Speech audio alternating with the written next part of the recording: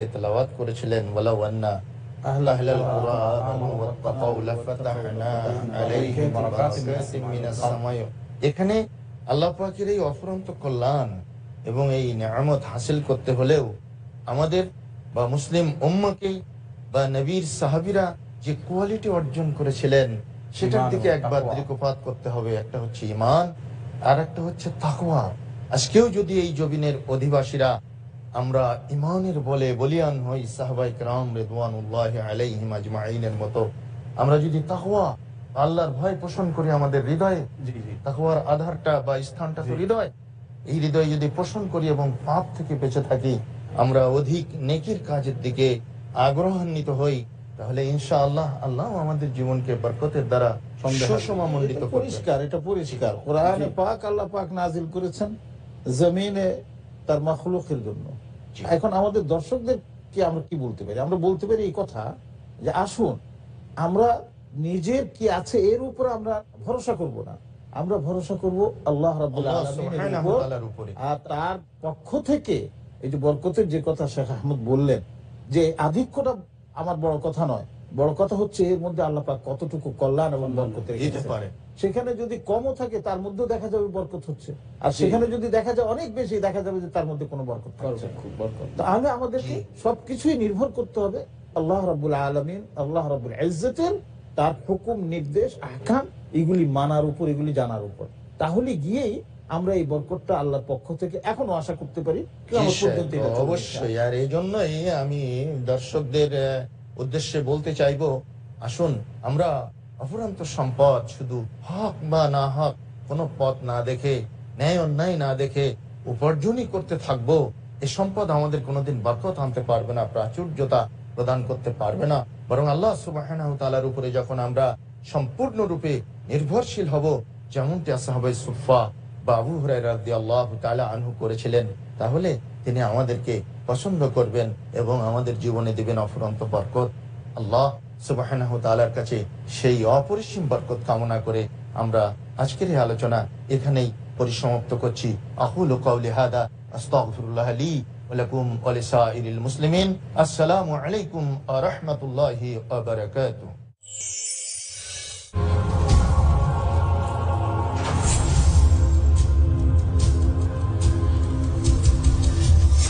আকাশের রংধনু আমরা জীবনে বহুবার উপভোগ করেছি। লাল, নীল, সবুজ, আকাশী, বেগুনি, হলুদ।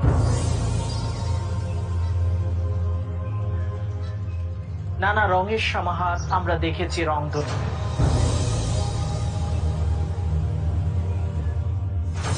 কিন্তু জীবনের রংধনুকে কখনো কি আমরা বিশ্লেষণ করে দেখেছি?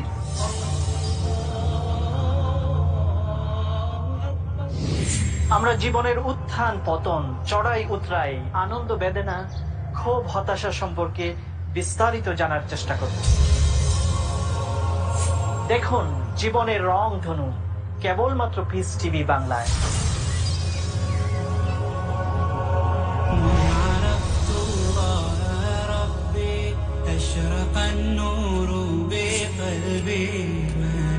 জানুন কত কার্যকরী ভাবে মুমিন বান্দা নিজের প্রতিটি কাজকে ইসলামী রঙে রঞ্জিত করে।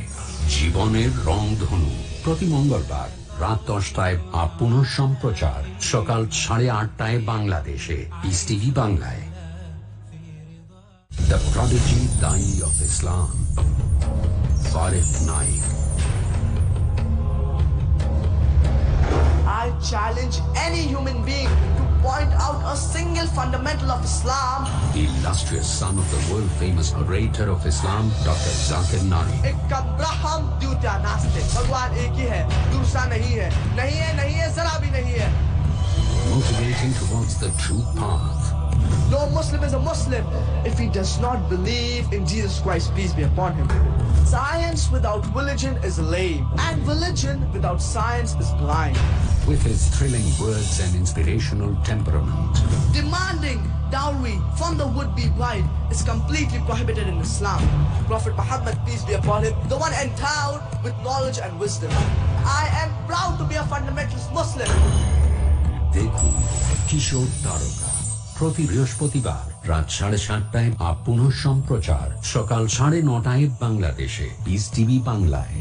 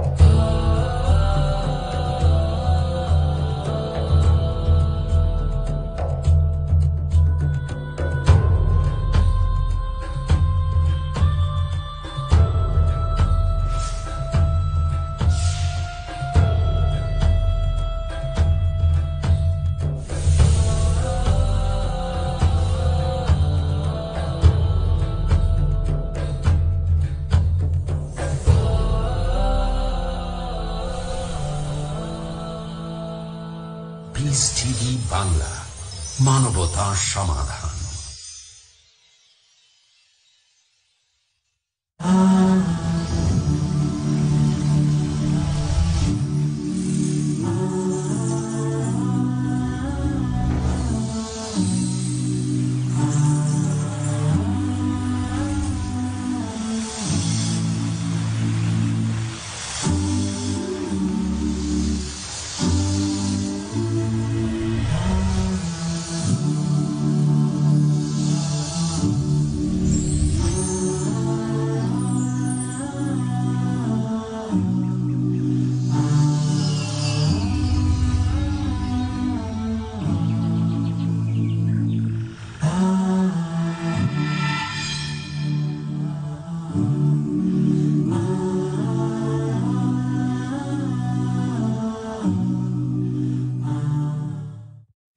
আসসালামু আলাইকুম ওয়া রাহমাতুল্লাহি ওয়া বারাকাতুহু। আলহামদুলিল্লাহ ওয়াসসালাতু ওয়াসসালামু আলা রাসূলিল্লাহ ওয়া আলা আলিহি ওয়া সাহবিহি ওয়া মান ওয়ালা, আম্মা বা'দ। সম্মানিত শ্রোতা দর্শক মণ্ডলী, আমরা আপনাদেরকে আবারও স্বাগতম জানাচ্ছি। অষ্টম পর্বে আমাদের যে আলোচনা শুরু হয়েছিল, ইবাদত এবং আমল কবুল হওয়ার জন্য শর্ত হলো ইসলাম ভঙ্গকারী অন্যায়, অপরাধ এবং কারণগুলো থেকে আমাদের মুক্ত থাকতে হবে। আমরা অষ্টম পর্বে আপনাদের কাছে একাধারে 1 থেকে 4 পর্যন্ত কারণগুলো তুলে ধরেছি। পঞ্চম আরেকটি কারণ হচ্ছে রাসূলুল্লাহ সাল্লাল্লাহু আলাইহি ওয়াসাল্লাম কর্তৃক প্রাপ্ত, রাসূল সাল্লাল্লাহু আলাইহি ওয়াসাল্লামের পক্ষ থেকে তাবলীগকৃত, আমাদেরকে জানানো যে বিধানগুলো আছে, বিধিবিধান কোরআন এবং সুন্নাহ থেকে, শরীয়ত, এর কোনো একটি অংশকে যদি কেউ ঘৃণা করে, অবজ্ঞা করে, তাহলে ইসলাম ভঙ্গ হয়ে যাবে, ধ্বংস হয়ে যাবে। যার ইসলাম ধ্বংস হয়ে গেল, আমল কিভাবে থাকবে? আমল কিভাবে আল্লাহর কাছে গ্রহণযোগ্য হবে? অবশ্যই নয়। সে বিষয়টা যাই হোক না কেন, ওটা ইবাদত হোক, আমল হোক, ওটা হালাল জাতীয় কিছু হোক, হারাম কিছু হোক, ইসলাম ফরজ করেছে এমন বিষয় হতে পারে, সুন্নাহ ঘোষণা করেছে, নফল ঘোষণা করেছে এমন হইতে পারে। যাই হোক না কেন, কোনো কিছুকে ঘৃণা করা যাবে না, হেয় করা যাবে না, তুচ্ছ ভাবা যাবে না, অন্যথায় ইসলাম ভঙ্গ হয়ে যাবে, ঈমান ভঙ্গ হয়ে যাবে। এই সমস্ত কারণের একটার সাথে আর একটার পার্থক্যটা অত্যন্ত সূক্ষ্ম। আমরা যদি মনোযোগ সহকারে না শুনি, বোঝার চেষ্টা না করি, তাহলে কিন্তু আমরা পার্থক্য হয়তো করতে পারবো না। ষষ্ঠ কারণটা হচ্ছে আল্লাহর রাসূল সাল্লাল্লাহু আলাইহি ওয়াসাল্লাম কোরআনের মাধ্যমে অথবা তার হাদিসের মাধ্যমে যে সমস্ত শরীয়ত জানিয়েছেন, শরীয়ত আমাদের কাছে তুলে ধরেছেন, ইবাদত তুলে ধরেছেন, আমল তুলে ধরেছেন, নিয়ম কানুন তুলে ধরেছেন, এর কোনটাকে যদি আমরা বিদ্রূপ করি, ওখানে হলো ঘৃণা করা আর এখানে হলো ঠাট্টা বিদ্রূপ করা। এমনকি ইসলাম পালন করার কারণে যদি ইসলামী কোনো ব্যক্তিকে সে আমলটা করতেছে, সে ইবাদতটা করতেছে, সে ইসলামের এই দৃষ্টিভঙ্গি পোষণ করতেছে, এই কারণে যদি ব্যক্তি বিশেষকেও ঠাট্টা বিদ্রুপ করা হয় তাহলে ইসলাম ভঙ্গ হয়ে যাবে। যেহেতু ইসলাম ভঙ্গ হয়ে যাবে তাহলে তার আমল ইবাদত থাকার প্রশ্নই আসে না। সপ্তম কারণ হলো জাদুটোনা করা, জাদুটোনা শিক্ষা করা, জাদুটোনা শিক্ষা দেওয়া, জাদুটোনার আশ্রয় গ্রহণ করা। এগুলো সবই হচ্ছে কুফরি, ইসলাম ভঙ্গের কারণ। অতএব আমাদেরকে আমল ইবাদত আল্লাহর কাছে গ্রহণযোগ্য করে তুলতে হলে এইসব বিষয়ে সতর্ক থাকতে হবে। এই কারণগুলোতে কখনোই আমাদেরকে জড়িত হতে দেওয়া যাবে না, বা আমরা এই কারণগুলোর সাথে কখনো জড়িত হব না। অষ্টম নম্বর কারণ হচ্ছে, যদি কোনো মুসলিম ব্যক্তি অন্য তার মুসলিম ভাই অথবা অন্য মুসলিম গোষ্ঠী, মুসলিম দেশ, মুসলিম সমাজের উপরে কোনো কাফের ব্যক্তিকে, কাফের দেশকে, কাফের সমাজকে যদি সাহায্য করে, মুসলমানদের বিরুদ্ধে কাফেরদের যদি পক্ষ অবলম্বন করে, তাহলে ওই ব্যক্তির ইসলাম ভঙ্গ হয়ে যায়। যার ইসলাম ভঙ্গ হয়ে গেল তার সালাত, সিয়াম, সাদাকা, যাবতীয় ইসলামী আমল ধ্বংস হতে বাধ্য। অতএব তার আমলগুলো মকবুল হবে না। আর একটি কারণ হচ্ছে, নবম কারণ, যে ব্যক্তি এরকম ধারণা পোষণ করে যে উম্মতে মুহাম্মাদের কোন ব্যক্তির জন্য, সে প্রেসিডেন্ট হোক, সে মন্ত্রী হোক, প্রধানমন্ত্রী হোক, সে পীর হোক, দরবেশ হোক, যে কোনো ওলি আল্লাহ হোক, তার সম্পর্কে যদি আমরা এরকম দৃষ্টিভঙ্গি পোষণ করি যে এই ব্যক্তির রাসূলুল্লাহ সাল্লাল্লাহু আলাইহি ওয়াসাল্লামের শরীয়ত বহির্ভূত জীবন যাপন করা রাইট আছে, সঠিক হবে, তার জন্য অনুমতি আছে, তার জন্য সুযোগ আছে, অবকাশ আছে, এরকম যদি কেউ বিশ্বাস করে, ধারণা করে, তাহলে অবশ্যই এই ব্যক্তির ইসলাম ভঙ্গ হয়ে যাবে।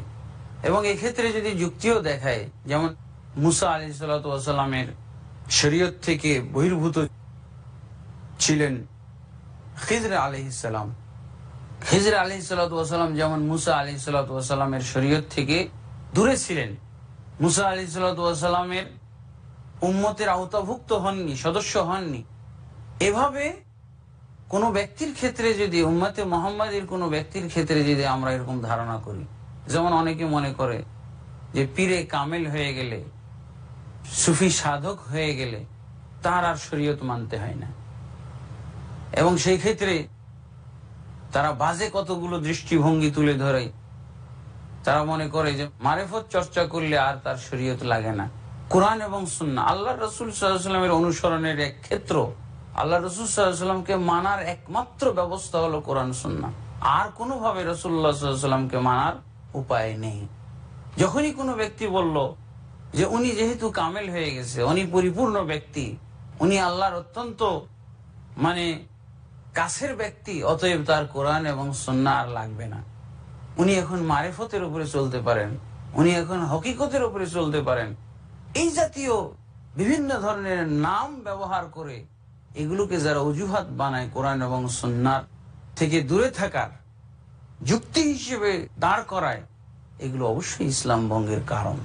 যে ইসলাম আল্লাহ চিনেন, যে ইসলাম আল্লাহ নাজিল করেছেন, এই ইসলাম একমাত্র পাওয়া যাবে কোরআনের ভিতরে, একমাত্র পাওয়া যাবে রাসূল সাল্লাল্লাহু আলাইহি ওয়াসাল্লামের সুন্নাহর ভিতরে। অতএব এরকম ধারণা পোষণ করার কোনো সুযোগ নেই, এবং যারা এই ধরনের দৃষ্টিভঙ্গি পোষণ করে তাদের ইসলাম ভঙ্গ। অতএব তাদের সালাত, তাদের সিয়াম, তাদের যাকাত, তাদের অন্যান্য ইসলামী আমল, ইবাদত, এগুলোর কোনো গ্রহণযোগ্যতা নাই, আল্লাহর কাছে এগুলোর কোনো কবুলিয়ত নাই, এগুলো সবই ধ্বংস হয়ে যাবে।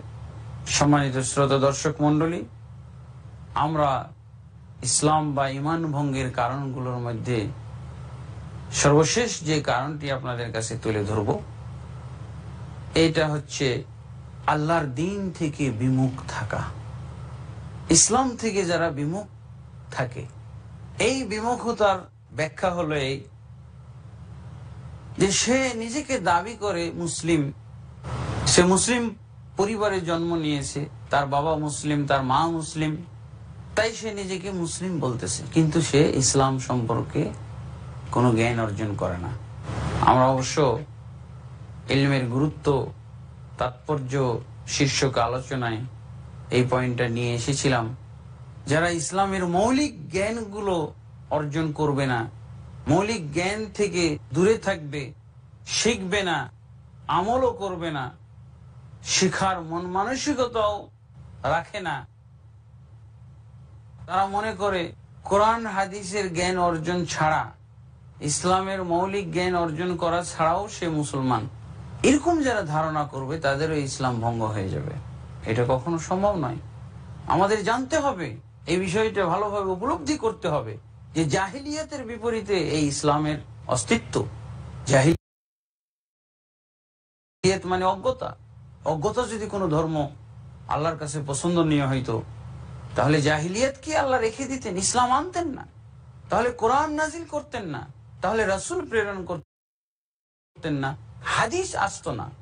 যদি মূর্খ থেকে যাওয়া, অজ্ঞ থেকে যাওয়া, আল্লাহ সম্পর্কে না জানা, আল্লাহর বিধান সম্পর্কে না জানা, আল্লাহ যা চান তা সম্পর্কে জ্ঞান অর্জন না করা আল্লাহর কাছে গ্রহণযোগ্য হতো, তাহলে আল্লাহ তাবারক ওয়া তাআলা জাহিলিয়াতই তো রেখে দিতেন। কোরআন নাজিল করতেন না, রাসূল প্রেরণ করতেন না, রাসূল সাল্লাল্লাহু আলাইহি ওয়াসাল্লামকে দাওয়াত এবং তাবলীগের দায়িত্ব দিয়ে পাঠাইতেন না। সম্মানিত শ্রোতা দর্শক মণ্ডলী, আমাদের সামনে একটা ছোট্ট বিরতি এসেছে। ছোট্ট একটি বিরতি গ্রহণ করার পর আবারও আপনাদের কাছে ফিরে আসব। এই হাদিসের বাকি অংশ আপনাদের সামনে তুলে ধরার জন্য এবং এই হাদিসের নির্দেশনা কি এটা আপনাদের সামনে ব্যাখ্যা করার জন্য। ততক্ষণ আমাদের সাথে থাকুন। আসসালামু আলাইকুম ওয়া রাহমাতুল্লাহি ওয়া বারাকাতুহু।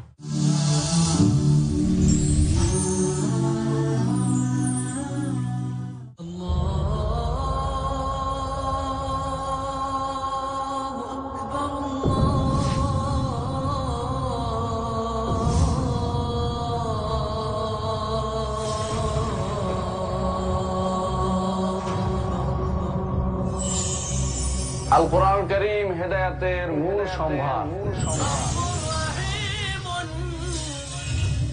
আল কোরআন কারীম থেকে হেদায়েত নিতে চাইলে আপনি অবশ্যই হেদায়েত পাবেন। যদি আল কোরআন থেকে যারা হেদায়েত পেয়েছে তাদেরকে আদর্শ হিসেবে গ্রহণ করেন। আসুন আল কোরআন থেকে হেদায়েত লাভ করার জন্য দেখুন আমার অনুষ্ঠান ইসলামের বুনিয়াদী শিক্ষা, শুধুমাত্র পিস টিভি বাংলায়।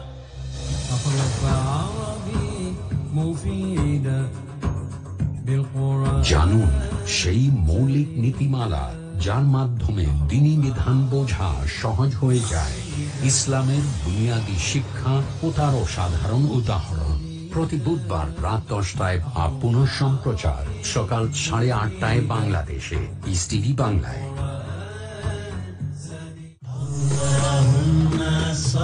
নবীজি মুহাম্মদ সাল্লাল্লাহু আলাইহি ওয়াসাল্লামের মণিমুক্তা। সুহাইব বিন সিনান আর-রুমি রাদিয়াল্লাহু আনহু বলেন, রাসূলুল্লাহ সাল্লাল্লাহু আলাইহি ওয়াসাল্লাম বলেছেন, মুমিন ব্যক্তির ব্যাপারটা অদ্ভুত। মুমিনের প্রতিটি কাজই তার জন্য মঙ্গলময়। এটা একমাত্র মুমিনেরই বৈশিষ্ট্য। তার সচ্ছলতা অর্জিত হলে সে কৃতজ্ঞতা প্রকাশ করে, তা তার জন্য কল্যাণকর।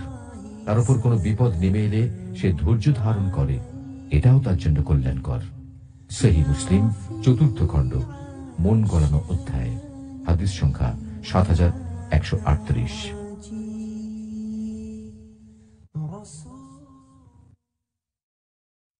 দ্বিধা, দ্বন্দ্ব, মূল্যবোধের অভাব, প্রকৃত বিশ্বাসের অভাব, অসচেতন জীবনযাপন,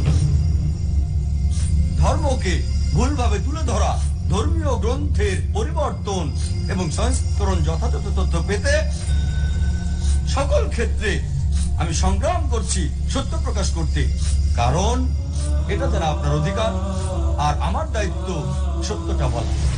দেখুন সত্য উন্মোচন, পরবর্তী অনুষ্ঠান পিস টিভি বাংলায়।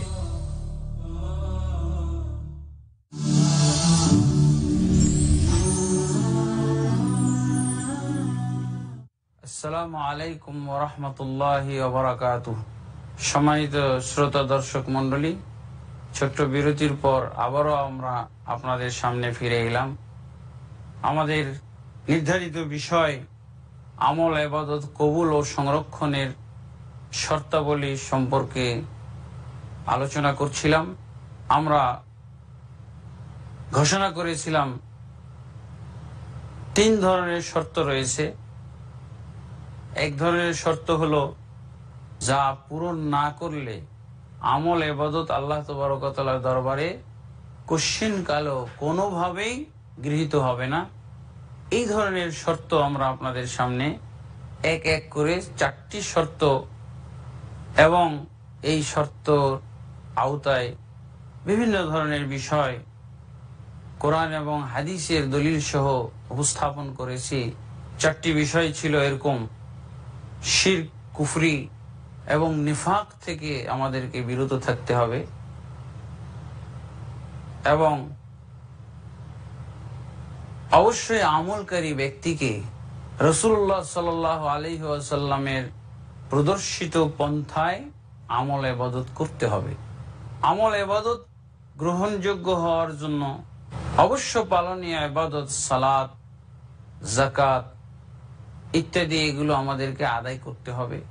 এরপর অবশ্যই আমাদেরকে ইসলাম ভঙ্গের যাবতীয় কারণ থেকে বিরত থাকতে হবে, মুক্ত থাকতে হবে। তাহলে ইনশাআল্লাহ আমাদের আমল ইবাদত গুলো আল্লাহ তাবারক ওয়া তাআলার দরবারে কবুল হওয়ার যোগ্য হবে। আমরা এর বিনিময়ে আমরা পরকালের লাভ করতে সক্ষম হব ইনশাআল্লাহ। এবার আমরা ইসলাম বা ঈমান ভঙ্গের কারণগুলোর মধ্যে সর্বশেষ যে কারণটি আপনাদের কাছে তুলে ধরব, এটা হচ্ছে আল্লাহর দ্বীন থেকে বিমুখ থাকা। ইসলাম থেকে যারা বিমুখ থাকে, এই বিমুখতার ব্যাখ্যা হলো এই যে সে নিজেকে দাবি করে মুসলিম, সে মুসলিম পরিবারে জন্ম নিয়েছে, তার বাবা মুসলিম, তার মা মুসলিম, তাই সে নিজেকে মুসলিম বলতেছে, কিন্তু সে ইসলাম সম্পর্কে কোনো জ্ঞান অর্জন করে না। আমরা অবশ্য ইলমের গুরুত্ব, তাৎপর্য শীর্ষক আলোচনায় এই পয়েন্টটা নিয়ে এসেছিলাম। যারা ইসলামের মৌলিক জ্ঞানগুলো অর্জন করবে না, মৌলিক জ্ঞান থেকে দূরে থাকবে, শিখবে না, আমলও করবে না, শিখার মন মানসিকতাও রাখে না, তারা মনে করে কোরআন